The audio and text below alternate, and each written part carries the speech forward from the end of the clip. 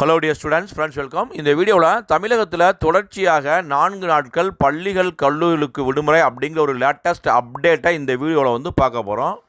So video பார்க்கும்போதே ஸ்டூடெண்ட்ஸ்க்கெல்லாம் ரொம்ப ஹாப்பியாக இருக்கும். ஸோ 4 நாட்கள் தொடர்ச்சியாக விடுமுறையா, எங்கள் டிஸ்ட்ரிக்ட்லாம் கிடைக்குமா, எந்தெந்த டிஸ்ட்ரிக்ட் மட்டும் கொடுக்குறாங்க அப்படின்னு எல்லா ஸ்டூடெண்ட்ஸும் வெயிட் பண்ணுறீங்க. ஸோ தமிழகத்தில் 4 நாட்களுக்கு தொடர்ச்சியாக பள்ளி கல்லூரிகள் விடுமுறை என்பது தென்காசி மாவட்டத்துக்கு மட்டும்தான். ஏனைய பிற மாவட்டங்களுக்கு 3 நாட்கள் தொடர்ச்சியாக பள்ளிகளுக்கும் கல்லூரிகளுக்கும் விடுமுறை. இப்போ தென்காசி மாவட்டத்தில் வரக்கூடிய ஆகஸ்ட் 23ஆம் தேதி வெள்ளிக்கிழமை உள்ளூர் விடுமுறை விடப்பட்டிருக்கு.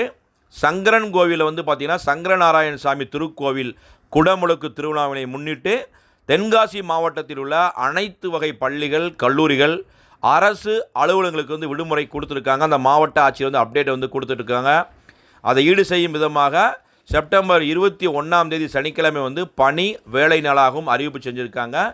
ஏனைய பிற மாவட்டங்களில் சனி ஞாயிறு திங்கள். இப்போ திங்கக்கிழமை பார்த்திங்கன்னா ஆகஸ்ட் 26ஆம் தேதி கோகுலாஷ்டமிக்காக தமிழக அரசு பொது விடுமுறையாக ஏற்கனவே அப்டேட் கொடுத்துட்டாங்க.